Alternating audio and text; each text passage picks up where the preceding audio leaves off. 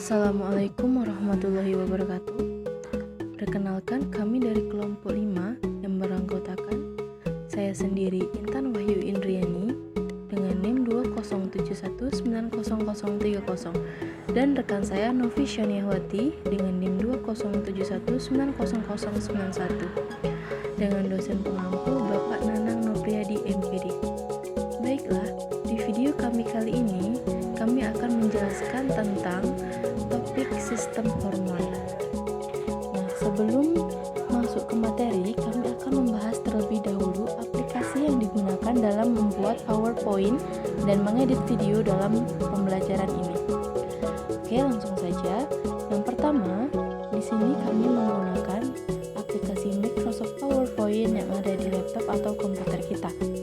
Di sini kita lebih mudah dalam proses pembuatan, pengaturan, dan mencetak berbagai slide. Kemudian, dalam mengedit video di sini kami menggunakan aplikasi VN. Di aplikasi ini bisa digunakan seperti menambahkan musik, font, dan juga mengedit video sesuai selera yang kita inginkan. Selanjutnya, kami akan membahas materi yang telah kami sajikan. Oke, kita masuk pada pembahasan yang pertama, yaitu ada pengertian dari sistem hormon.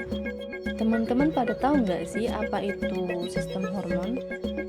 Nah, sistem hormon atau yang disebut juga dengan endokrin, yaitu merupakan salah satu bagian dari sistem koordinasi yang mengatur aktivitas tubuh melalui hormon secara lambat.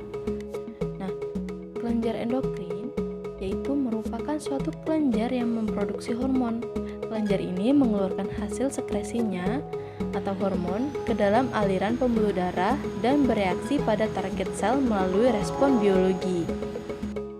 Kemudian, kelenjar endokrin ini terdiri dari beberapa macam. Yang pertama yaitu ada kelenjar hipofisis atau yang disebut dengan pituitari, kelenjar tiroid, kelenjar paratiroid, kelenjar pencernaan, pankreas, timus, adrenal, pineal, dan yang terakhir ada kelenjar kelamin yang terdiri dari dua, yaitu ovarium dan testis.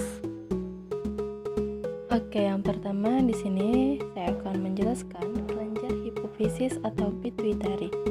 Nah, kelenjar hipofisis yaitu kelenjar yang berada di bawah hipotalamus dan langsung berhubungan dengan kelenjar hipotalamus itu sendiri. Nah, kelenjar hipofisis ini menghasilkan hormon-hormon yang mengatur kerja kelenjar dan hormon lain atau master of glands. Kelenjar ini terbagi menjadi dua lobus, yaitu lobus interior dan lobus posterior. Oke, bagian yang pertama yaitu ada hipofisis lobus anterior atau lobus depan. Di sini menghasilkan hormon growth hormone atau GH dan somatotropik hormone atau STH. Bentuknya seperti protein, organ targetnya sel-sel tubuh. Fungsi dari hormon ini yaitu mengatur pembelahan, pertambahan volume, dan regenerasi sel. Defisiensi atau kekurangan dari hormon ini yaitu dapat mengakibatkan dwarfisme atau cebol. Kemudian, ketika mengalami kelebihan hormon ini dapat mengakibatkan gigantisme dan akromegali. Yang kedua yaitu ada thyroid stimulating hormone atau yang disebut dengan TSH. Bentuknya seperti glikoprotein, organ targetnya yaitu pada tiroid. Fungsi dari hormon ini yaitu mengatur pembentukan tiroksin di kelenjar tiroid. Defisiensi atau kekurangan dari hormon ini dapat mengakibatkan gondokan dan kelebihannya dapat penumpukan pada iodium. Kemudian yang ketiga ada adrenocorticotropic hormone atau ACTH. Bentuknya seperti peptida, organ targetnya korteks adrenal. Fungsinya yaitu dapat mengatur pembentukan hormon pada korteks adrenal. Kemudian defisiensi yaitu dapat mengakibatkan penyakit Addison. Kelebihannya yaitu dapat mengakibatkan sindrom Cushing. Lalu yang keempat ada prolaktin atau lactogenic hormone. Bentuknya seperti protein, organ targetnya yaitu kelenjar susu. Fungsi dari hormon ini yaitu dapat menghasilkan ASI di akhir masa kehamilan. Kemudian, kekurangan dari hormon ini yaitu dapat kurangnya produksi AKSI. Kemudian, kelebihan dari hormon ini dapat mengakibatkan berlebihnya produksi ASI. Kemudian, yang terakhir ada gonadotrophic hormone atau GTH, bentuknya seperti glikoprotein. Organ targetnya yaitu pada gonad, ovarium atau testis. Kemudian, fungsi dari hormon ini yaitu dapat mengatur pembentukan gamet dan hormon seks.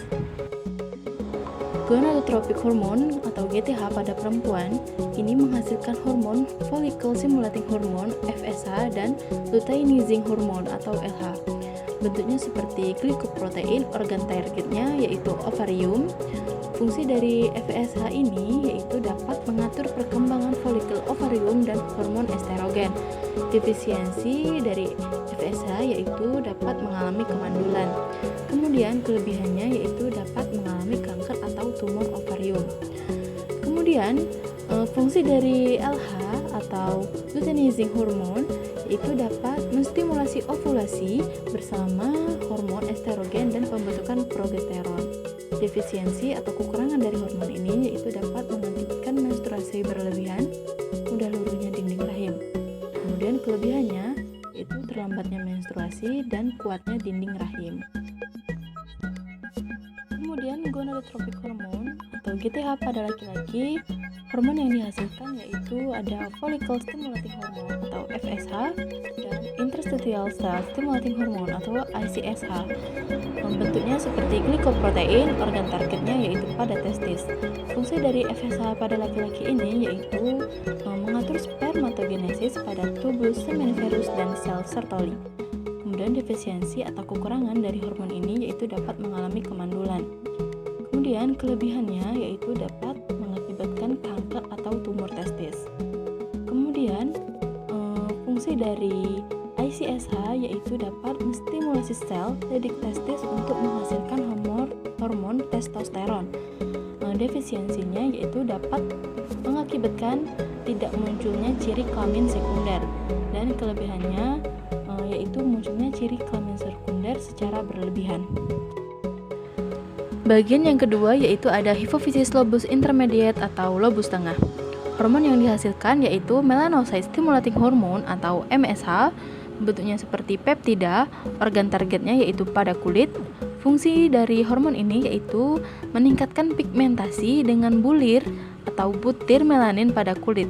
Defisiensi dari hormon ini yaitu dapat mengakibatkan albino dan kelebihannya dapat mengakibatkan melanisme.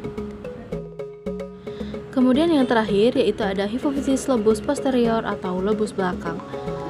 Hormon yang dihasilkan yaitu yang pertama ada oksitosin, bentuknya seperti peptida, organ targetnya yaitu pada dinding rahim.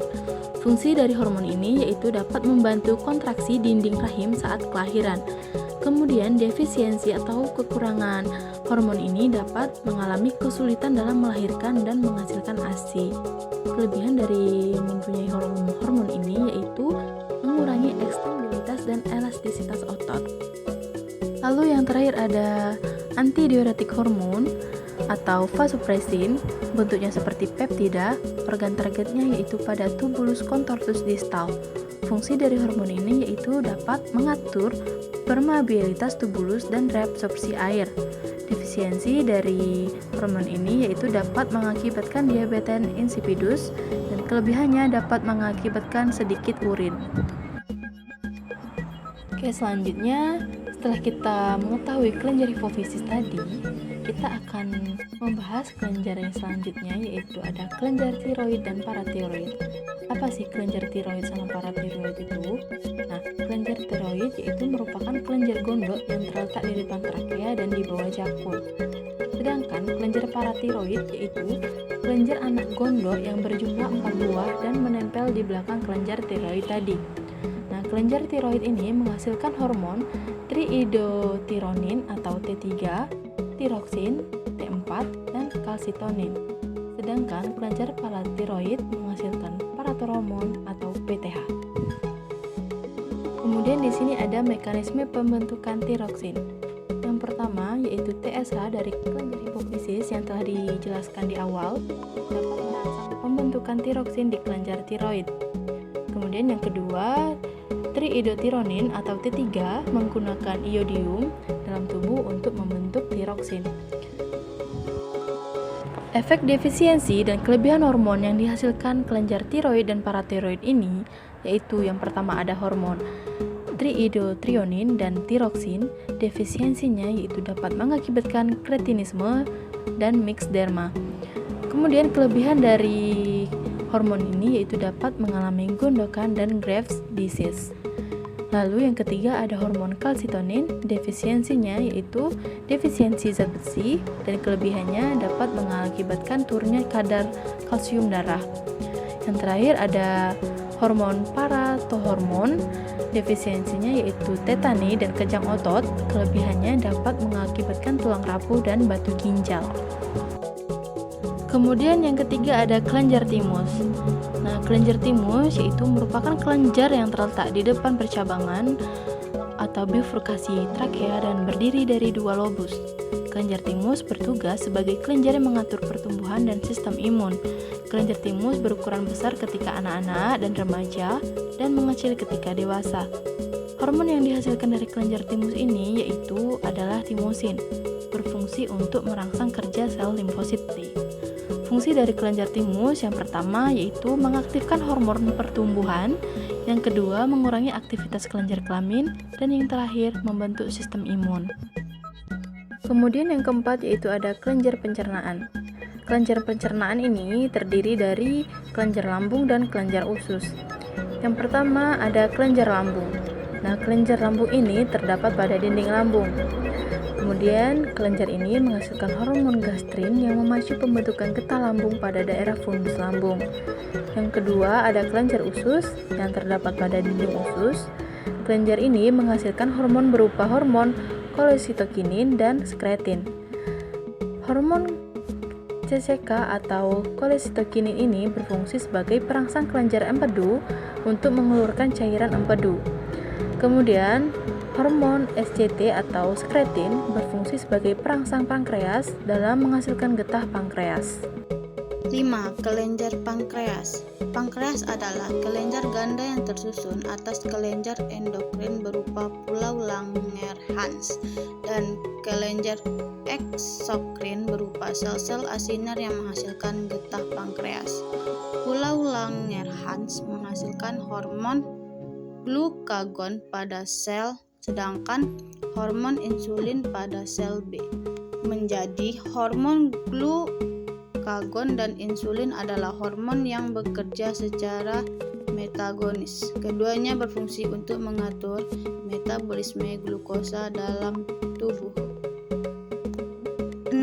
Kelenjar adrenal. Kelenjar adrenal atau suprarenalis adalah kelenjar yang terletak di atas ginjal dan berbentuk seperti topi. Kelenjar adrenal terdiri dari dua bagian yaitu korteks luar dan medula dalam.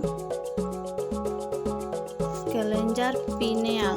Kelenjar pineal adalah kelenjar yang terletak di bagian pusat otak, terselip di sebuah lekukan di mana dua badan talamus otak bergabung dan berukuran kecil seperti biji pinus. Kelenjar pineal berfungsi untuk mengatur ritmis biologis manusia. Hormon yang dihasilkan kelenjar pineal adalah hormon melatonin yang dihasilkan berdasarkan siklus terang gelap atau panjang siang dan malam lingkungan. Hormon melatonin mempengaruhi kinerja kelenjar hipofisis dan organ reproduksi. Perjalanan lintas zona waktu dan pencahayaan berlebih pada malam hari dapat menyebabkan kekacauan ritmis biologis sehingga mengacaukan pembentukan hormon melatonin. 8. Kelenjar kelamin. Kelenjar kelamin terdiri dari ovarium perempuan yang terletak di rongga perut dan testis laki-laki di daerah sekitar selangkangan. Ovarium adalah kelenjar kelamin yang menghasilkan hormon estrogen dan progesteron. Testis adalah kelenjar kelamin yang menghasilkan hormon testosteron atau androgen.